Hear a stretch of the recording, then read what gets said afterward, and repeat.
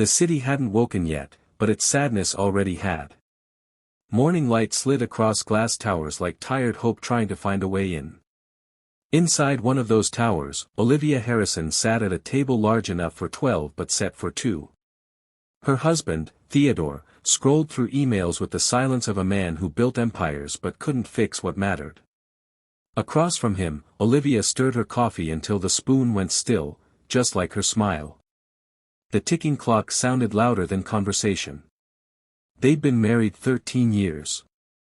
Every anniversary came with a different flower arrangement and the same unspoken truth: there was still no child. Outside, the world called them blessed. Inside, they were haunted by an empty nursery. Across town, another morning began very differently. Celine tied her apron, her laughter spilling through a one-room apartment that smelled of toasted bread and cheap perfume. Her daughter, Ava, 10 years old with hair that always escaped its ponytail, was trying to balance 2 pieces of bread on her head and call herself a breakfast princess. "Eat it, not wear it," Celine said, smiling through exhaustion. She tucked the child's hair behind her ear, an instinct more than a gesture. For Celine, love was survival disguised as routine. She didn't have millions, but she had mornings like this. And for her, that was wealth enough. Fate has a strange sense of direction.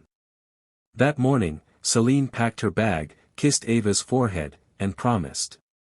"When I get back from work, we'll bake that cake you keep talking about." The world didn't keep that promise for her. Rain began in whispers. Then tires screeched. Glass shattered like a sentence that would never finish. A truck, a scream, and then, nothing. When rescue finally came, there was only one survivor. A little girl, trembling beside her mother's body, whispering the same word again and again: "Mom." At the hospital, Olivia watched the news play quietly on the TV above the reception desk. She wasn't supposed to care. But something inside her chest felt like recognition, as if grief had called her by name. The next day, she visited the hospital, not as a billionaire's wife, but as a woman whose heart knew loneliness too well. She found Ava sitting on a metal chair, knees drawn to her chest, staring at nothing. The room was cold enough to make bones remember loss. Olivia knelt. "Sweetheart, you need rest." The girl didn't answer. Her small fingers clutched her mother's scarf. For a moment, Olivia saw herself, not the woman who had everything, but the child who once prayed for someone to stay. "You're not alone anymore," she whispered.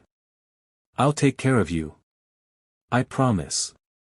It was a sentence she didn't plan to say, but sometimes destiny speaks through the ones who've already been broken. Sometimes life takes one story away only to let another begin. Stay with this one, because what this woman's promise would become years later will make you question what love really means. Tell us where you're watching from, and don't forget to like and subscribe for more mind-blowing stories like this. Weeks later, Olivia brought Ava home. The reporters called it charity. But inside those high walls, it wasn't about pity, it was about 2 wounds learning how to heal together. The mansion, once quiet like a prayer no one said aloud, slowly found sound again. Ava's laughter echoed down marble floors like a secret the house had long forgotten.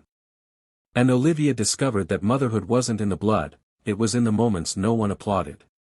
She taught Ava to read music, to set the table, to say thank you even when life didn't deserve it. Every bedtime story became a small rebellion against loneliness. Theodore watched from a distance, quietly grateful that the house finally breathed again. He never mentioned the past, never asked what the adoption filled inside her, because he already knew. At night, when Olivia tucked Ava into bed, she'd linger a moment longer than necessary. She'd touch the girl's hair and whisper to herself, "You look like hope." Seasons changed. Birthdays came and went. Photographs began to fill the walls, piano recitals, family vacations, laughter caught midair. No one looking from the outside would guess that pain had once lived here. Yet Olivia still carried a silence that refused to die. Some nights, she'd walk into the unused nursery she once decorated years ago. The crib was gone, but the wallpaper of painted clouds remained. She'd trace her finger over them and smile sadly. Maybe I wasn't meant to give birth, she'd whisper, maybe I was meant to give love. Ava grew into a young woman with quiet strength. She didn't remember much about the accident, only that every good thing that came after it was named Olivia. She called her Mom naturally, as if her heart had known the word all along. The bond between them wasn't built overnight, it was stitched together in ordinary moments.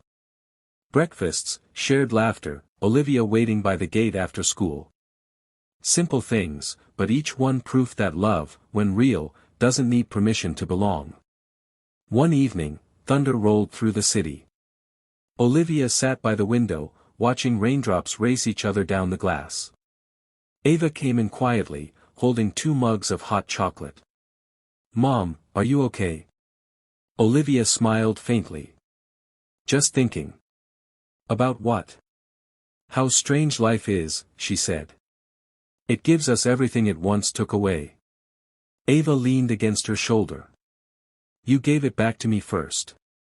They sat in silence, the kind that only exists between souls who understand each other without needing to speak. In that moment, Olivia realized her promise had already come full circle. She had become the mother she once longed to be. Ava had become the daughter love insisted she deserved. Outside, the storm eased. The rain stopped pretending to be grief and began sounding like grace. It began with fatigue. A kind of tired that sleep couldn't cure. Olivia had been fine, or so she told everyone. But she'd started forgetting simple things. The piano keys she once played without thinking now felt heavy beneath her fingers. Tea lost its taste. Her body felt foreign, like it no longer belonged to her. At first, Theodore brushed it off. You've been working too much, he'd say. But he watched her smile fade faster than seasons changed. The first hospital visit was supposed to be routine. Just a checkup, Olivia insisted. But the air in the examination room was thick enough to taste. Dr. Evans, a man who had seen enough suffering to speak gently, adjusted his glasses before saying the words that would change everything. Your kidneys aren't functioning properly, Mrs. Harrison. Olivia blinked slowly. How bad? He hesitated. Bad enough that we'll need to monitor it closely. Theodore placed his hand over hers. We'll do whatever it takes. Weeks turned into tests. Tests turned into scans. Scans turned into hospital corridors Olivia began to recognize by smell. Machines hummed in low rhythm beside her. Nurses spoke in coded tones. Theodore was always there, sometimes sitting, sometimes pacing, always pretending he wasn't afraid. One afternoon, Dr. Evans walked in with a clipboard that seemed heavier than paper should be. I won't sugarcoat this, he said quietly. You're in stage 4 renal failure. We'll need to start dialysis soon. Olivia stared at the ceiling as if the answer might be written there. Dialysis. The word tasted metallic, like fear with a pulse. That evening, Theodore drove her home in silence. Rain smeared the windshield, and every red light felt like the world was forcing them to stop and feel. When they reached the gate, Olivia whispered, Don't tell Ava yet. He glanced at her. She deserves to know. She deserves peace, she said, voice trembling. But Ava knew. She could read silence better than words. She saw the way her mother's hands shook when lifting a cup. The way her father lingered by the window after every phone call. The way hospital brochures appeared on the table and disappeared again. One night, she found Olivia sitting by the window, tears tracing quiet paths down her face. Ava didn't ask what was wrong.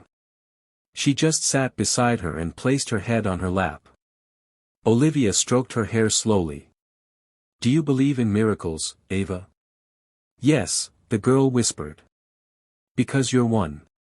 Weeks later, the dialysis began. The room smelled of antiseptic and fear. Olivia lay still, tubes running from her arms like threads connecting her to life itself. Theodore tried to make jokes, his voice cracking in between. "You look tougher than the machine," he said with a grin that didn't reach his eyes. She smiled faintly. "That's because I am." When the nurse left, Olivia turned to him. "Theo, promise me something. Anything. If it gets worse, don't let me fade slowly. Let me live fully until the end." He shook his head, refusing to hear it. "You're not going anywhere," he said. "We'll find a donor." Finding a donor became his full-time mission. He called hospitals across states, hired specialists, offered money to speed up the process. Each time the phone rang, hope flickered, and died again. Dr. Evans sat them down after another week of waiting. "We've tested 6 candidates so far," he said. "None compatible." Olivia exhaled slowly. "Then we keep looking." Her tone was calm, but her eyes said something else. "I'm running out of time." Days blurred into hospital corridors and waiting rooms. Nurses began recognizing Theodore's face before he spoke.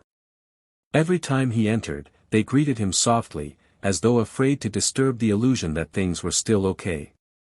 Ava often stayed home, cooking soups Olivia never finished.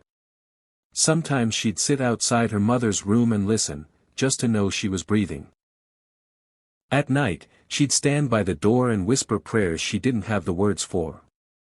One evening, Theodore returned from the hospital looking exhausted. Ava ran to him. "Dad, how's Mom?" He hesitated before answering. "Stable." The lie sat heavy in the air. He turned away before she could see the moisture in his eyes. He found Olivia sitting upright in bed, flipping through a magazine she wasn't reading. "Any luck?" she asked softly. He forced a smile. "We'll find someone. The best doctors in the country are on this." She tilted her head. "You say that like you're convincing yourself." He looked at her for a long time. "Maybe I am." Every new morning carried the same ritual: tests, updates, disappointments.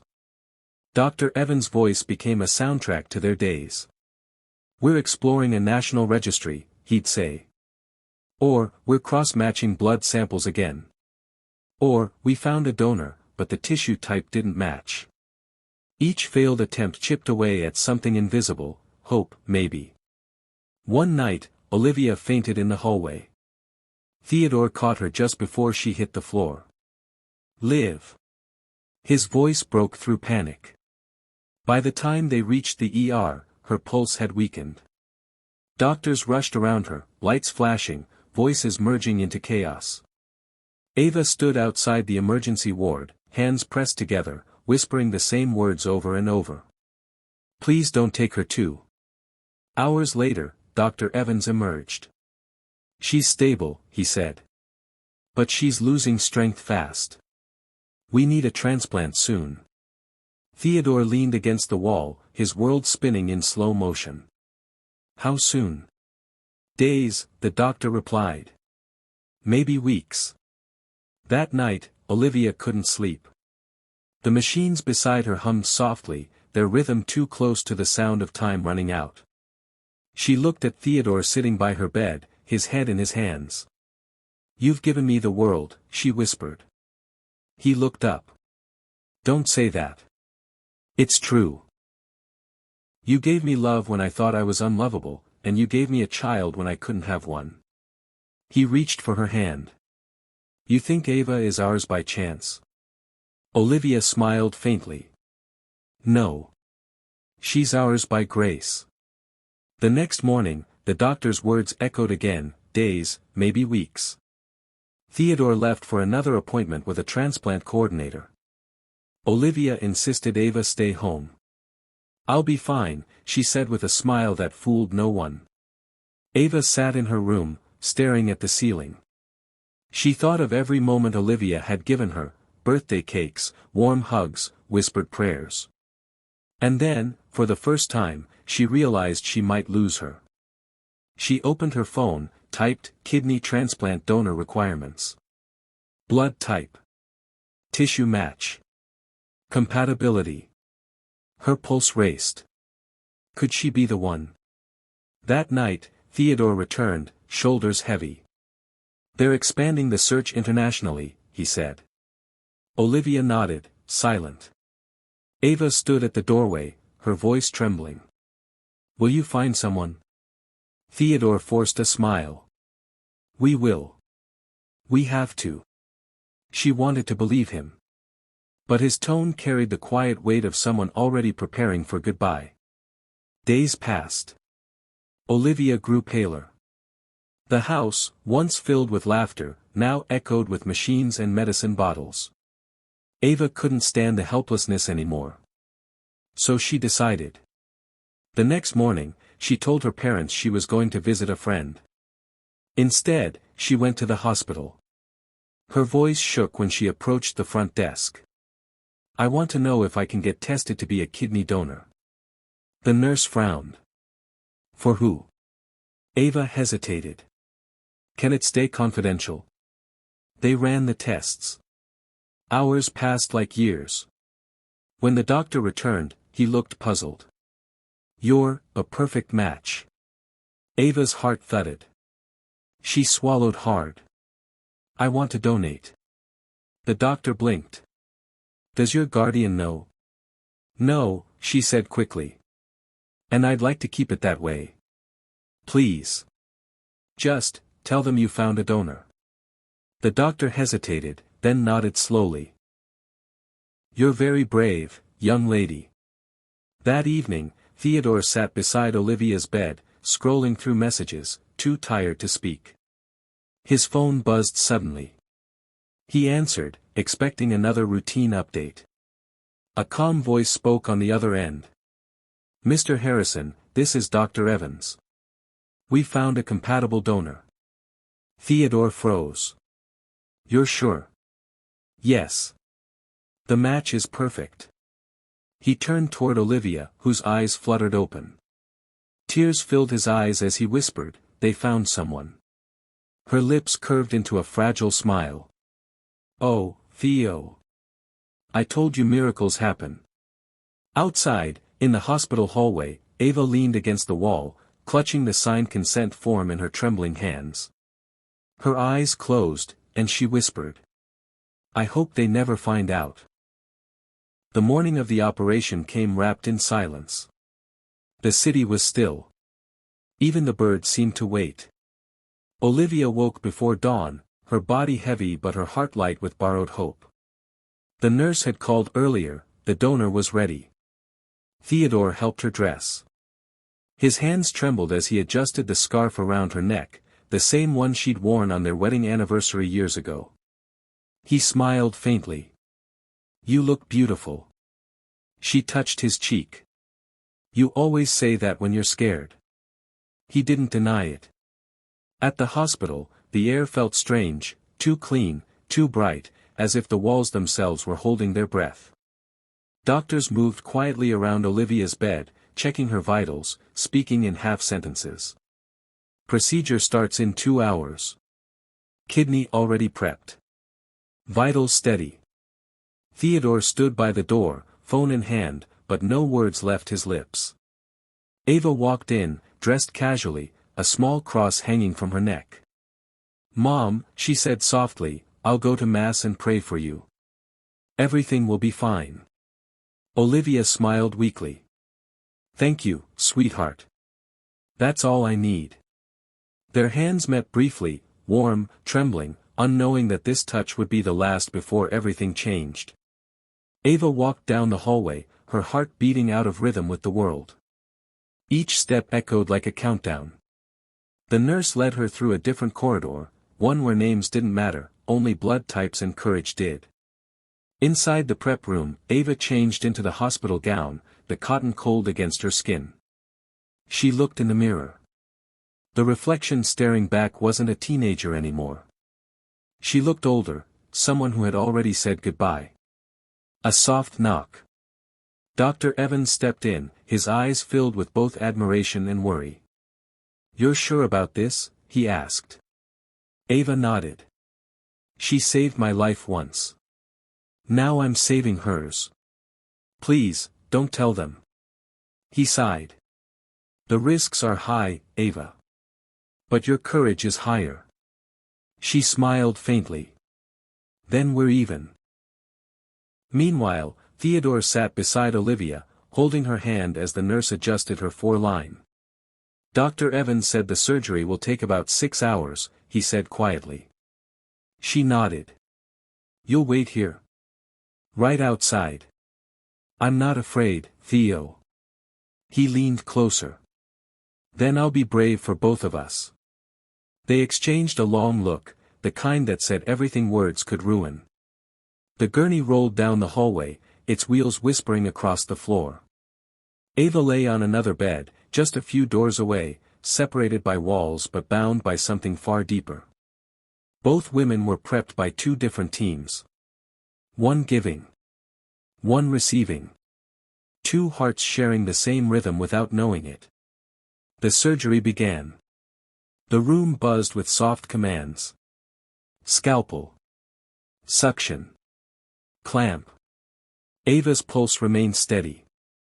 Her oxygen dipped once, then stabilized. Dr. Evans kept his focus sharp, though his mind screamed prayers he didn't dare say aloud. Hours passed like seconds and seconds like hours. And when it was finally over, silence filled the room, a silence heavier than exhaustion. The transplant was successful, a nurse whispered. Dr. Evans exhaled, shoulders sinking with relief. Good. Keep both under observation. Outside, Theodore paced the waiting room floor. He'd stopped checking his watch hours ago. Every nurse that walked by made his heart stutter. Finally, Dr. Evans appeared. The look on his face was calm, practiced, the kind doctors wear when they've carried too many lives in their hands. It went well, he said gently. She's stable. You can see her soon. Theodore broke into tears he didn't know he'd been holding. He hugged the doctor tightly. Thank you. Thank you so much. He rushed into the recovery ward, eyes scanning for the familiar face. There she was, Olivia, pale, fragile, but breathing softly. Machines blinked beside her, keeping time with the miracle that had just taken place. Theodore took her hand and kissed it. You did it, Liv. You made it. She stirred faintly, eyelids fluttering. The donor, did they make it? Yes, he said quickly. They're fine. Rest now. But when she drifted back to sleep, Theodore turned to Dr. Evans. I need to see them. The donor. I have to thank them. The doctor hesitated. Mr. Harrison, maybe later. They're resting. Please, Theodore insisted. Just 1 minute. The doctor nodded reluctantly and motioned for a nurse to guide him. They walked down a quiet corridor to another recovery room. The lights were dim, the curtains drawn halfway. Inside, a patient lay still beneath white sheets. Her chest rose and fell in shallow rhythm. Theodore stepped closer, gratitude spilling from every breath. He whispered, "You saved my wife. I'll never forget." The words stopped halfway. The moment he saw her face, the ground beneath him vanished. His legs gave way. It was Ava. Her skin pale against the white linen. Her lips dry. And four running into her arm like a lifeline. Dr. Evans lowered his head. She didn't want you to know. She said she was going to church to pray. Theodore's throat closed.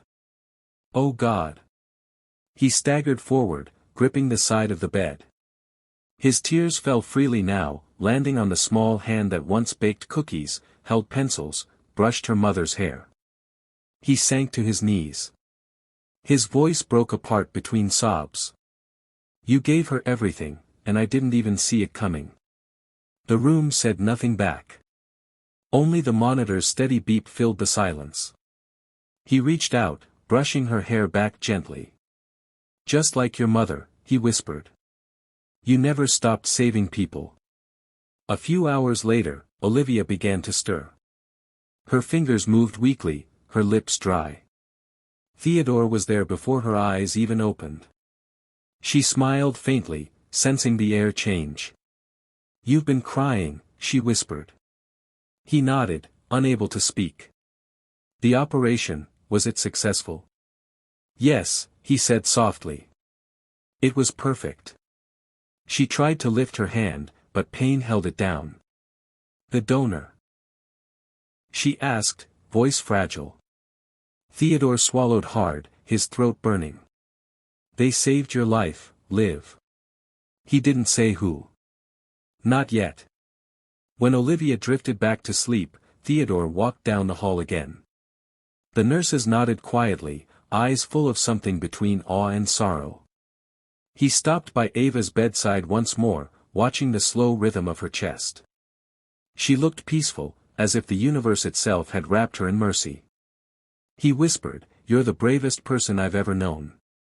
And as he stood there, tears blurring his vision, sunlight began to crawl through the blinds, painting gold across her face, like heaven had chosen that very moment to touch her. The first thing Olivia remembered was light. Soft, golden, blurry. It moved across the hospital ceiling like the memory of a morning she once loved. Her body felt foreign, heavy, stitched, fragile.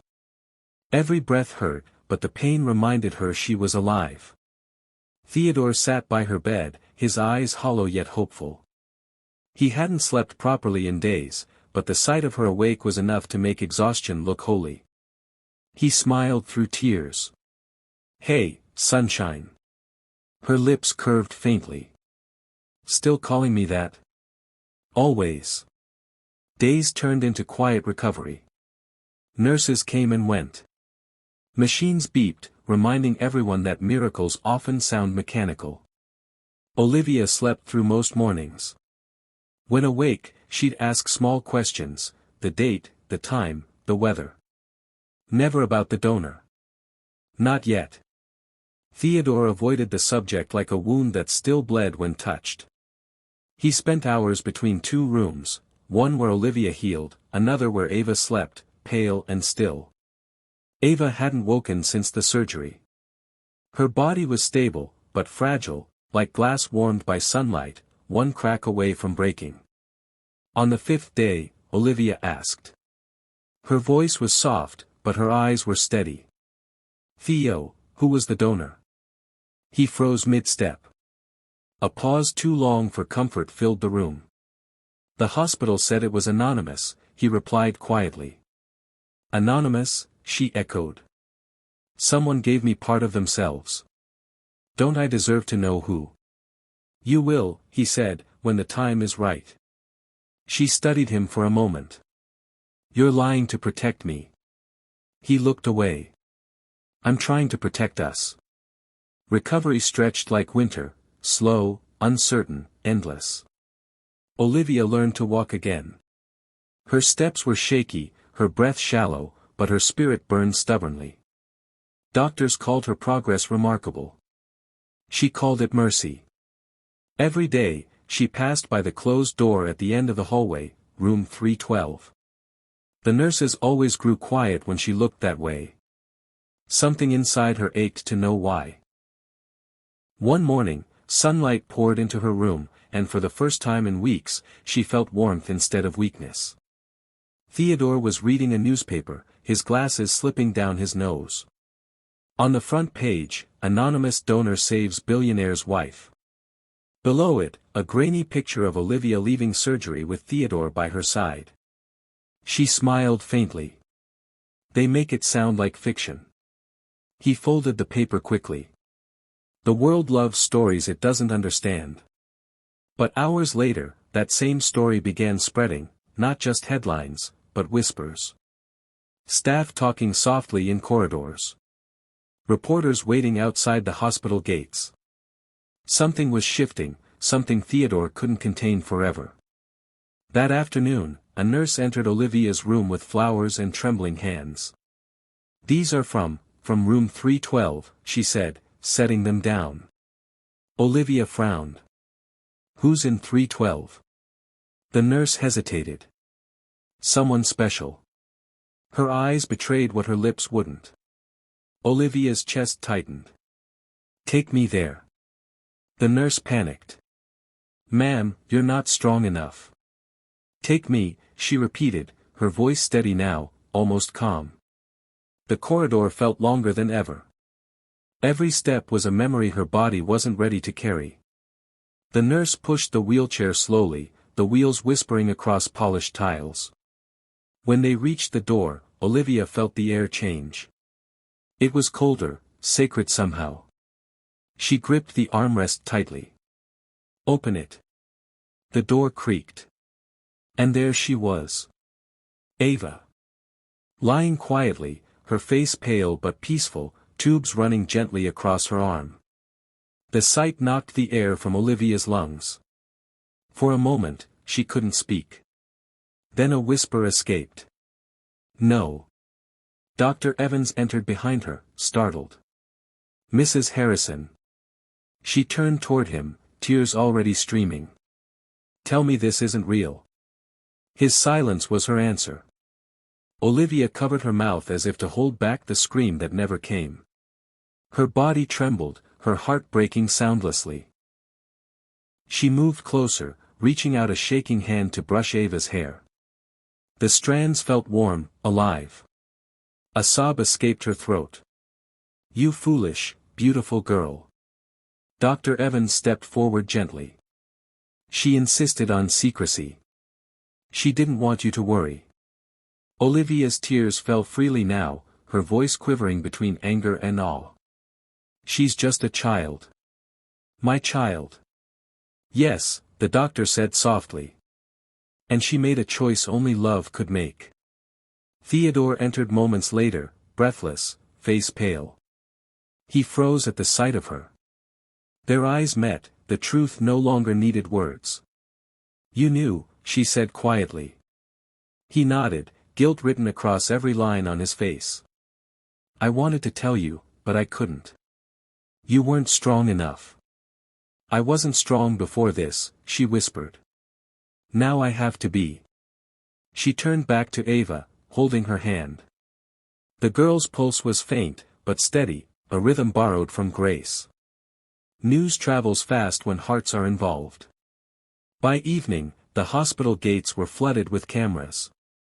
Headlines changed from anonymous donor to Maid's daughter saves billionaire's wife. The story spread like wildfire, from social media posts to national news. They called Ava a living miracle, a child of light. But for Olivia, she was just her daughter, the one who turned sacrifice into a language only mothers understand. Inside the hospital, Olivia sat beside Ava's bed day and night. She read to her, prayed, sang softly. Sometimes she'd just hold her hand, whispering the same words over and over. You're not leaving me. Not again. Theodore brought flowers, but Olivia brought faith. Faith that some promises were too sacred to end in tragedy. One morning, while the world outside buzzed with headlines and hashtags, Ava's fingers twitched. Olivia gasped, tears springing instantly. Ava. The girl's lips parted slowly. A weak smile flickered. Mom. The sound shattered every wall inside Olivia's heart. She leaned forward, kissing her hand again and again.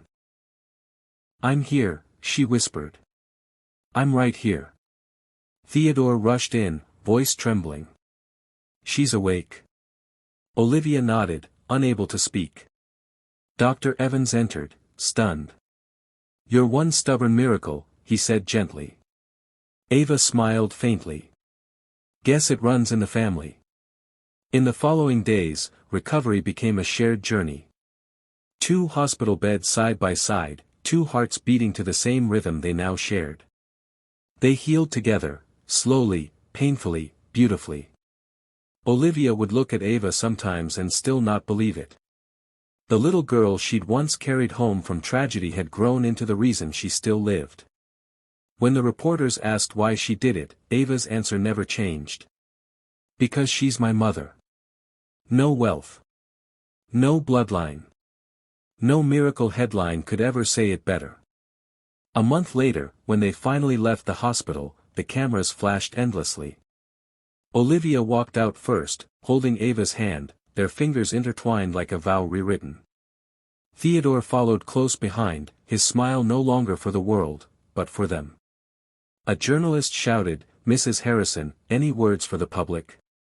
Olivia paused, turned to face the sea of microphones, and said softly, "Family isn't about who gives you life.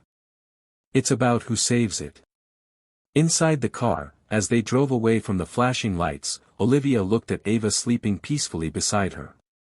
She brushed a strand of hair from her face and whispered, "You kept your mother's promise." A single tear rolled down her cheek, but this time, it wasn't from pain. It was gratitude, the kind that lingers long after the world stops watching. Months passed, but some moments refused to fade. The hospital corridors that once smelled of fear now carried the memory of second chances. Olivia and Ava were both home again, fragile, healing, alive. The mansion that had once echoed with silence now hummed softly with laughter, piano notes, and the quiet gratitude that follows storms.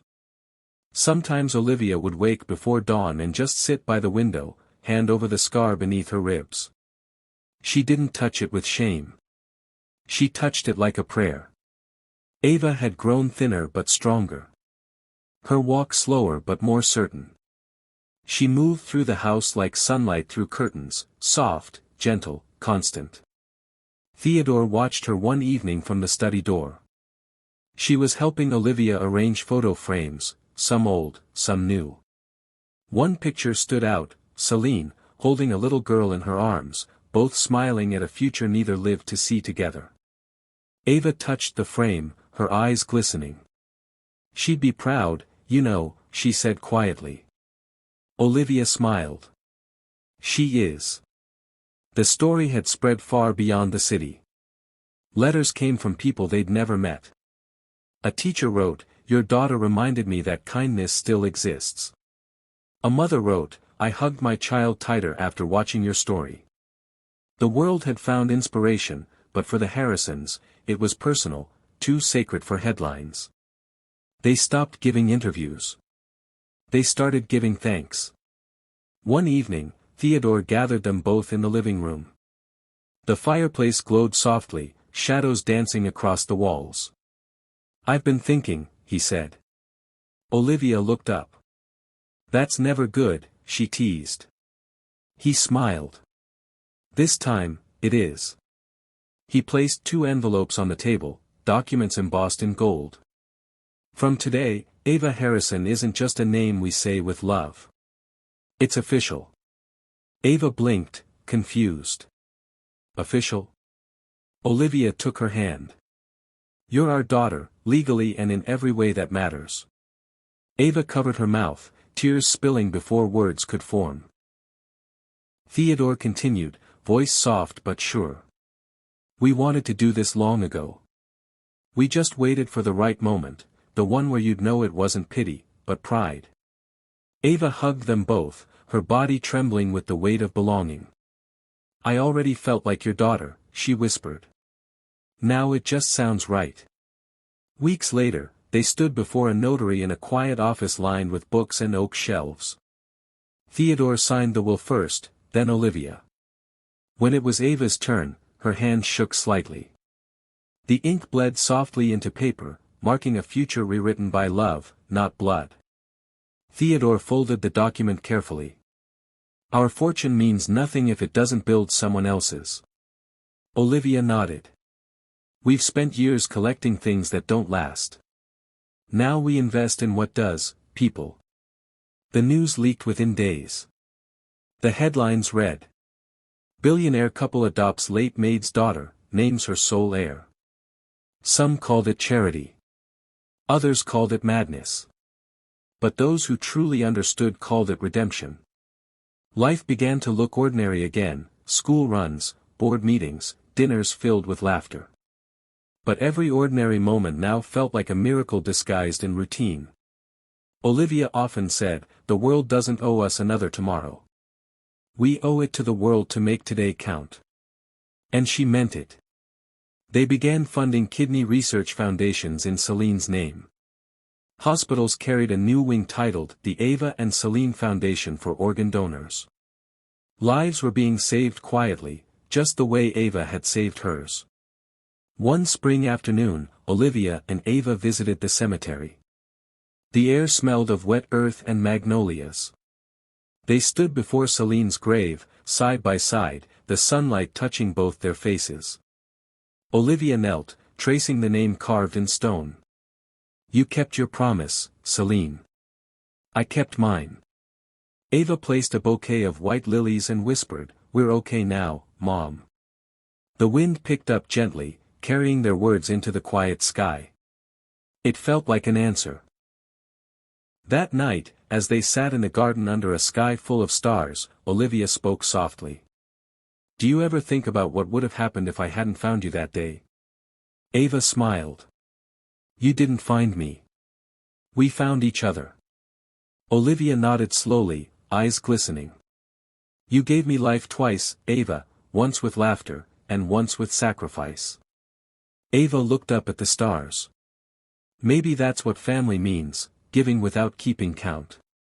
Inside the house, Theodore watched them from the balcony, a quiet smile on his face. He'd spent his whole life building skyscrapers and signing million-dollar deals, but that view, his wife and daughter laughing under the stars, was the only masterpiece that ever mattered. Months later, the world moved on to new stories. But for the Harrisons, nothing ever felt ordinary again. Every breath carried the memory of a miracle. Olivia's health returned stronger than anyone predicted. Ava began volunteering at the hospital where she'd once been a patient. Sometimes she'd hold the hand of someone waiting for a donor and say, "I know how that feels. Just hold on a little longer." And every time, her words lit a small fire in the room, hope, reborn. One evening, Olivia gathered the courage to watch an old home video. It was Celine, years ago, singing softly as little Ava danced barefoot in their kitchen. The footage was shaky, the sound faint, but the love in it was loud. Olivia pressed pause and whispered to the screen. "You raised her beautifully. I just finished what you started." As dusk settled outside, Theodore joined her, placing an arm around her shoulder. "She's everything we ever prayed for," he said. Olivia smiled. "No, she's everything we didn't know we needed." They sat there, watching memories blur into the present. In the quiet hum of that moment, nothing else mattered. Weeks later, the foundation held its first charity gala. Ava took the stage, her voice calm but confident. "Love is the only inheritance that never runs out," she said. The crowd rose in applause, not because of her words, but because they felt them. Theodore and Olivia stood hand in hand, tears in their eyes. Celine's photo hung on the backdrop behind her, smiling as though she never left. Later that night, when the lights dimmed and guests began to leave, Ava whispered to Olivia, "I wish she could see all this." Olivia smiled, wiping a tear. "She does." They looked up at the chandelier, its glow reflecting off the silver frames on the wall, 3 lives intertwined by love, loss, and destiny. A quiet morning. Olivia and Ava walking along the beach, waves curling gently at their feet. The sun rises, gold bleeding into blue. Ava laughs softly. "Do you ever feel like life gave us back what it took away?" Olivia nods. "It didn't give it back, sweetheart. It gave us something better." They walk on, their shadows stretching side by side across the sand, 2 hearts, 1 story. Some promises are made in pain, and fulfilled in love.